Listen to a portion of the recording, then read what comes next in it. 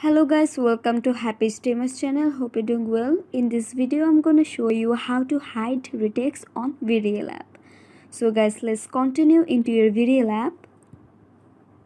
So guys, let me tell you something that there have no way that you can hide your retakes on BeReal app. But you can do one thing. Just go to your BeReal and then tap on the three dots icon in the right side of corner. Now just tap on the second option, select your audience. And now just you have to select the first option, my friends only. By doing this, nobody won't see your BeReal except your friends.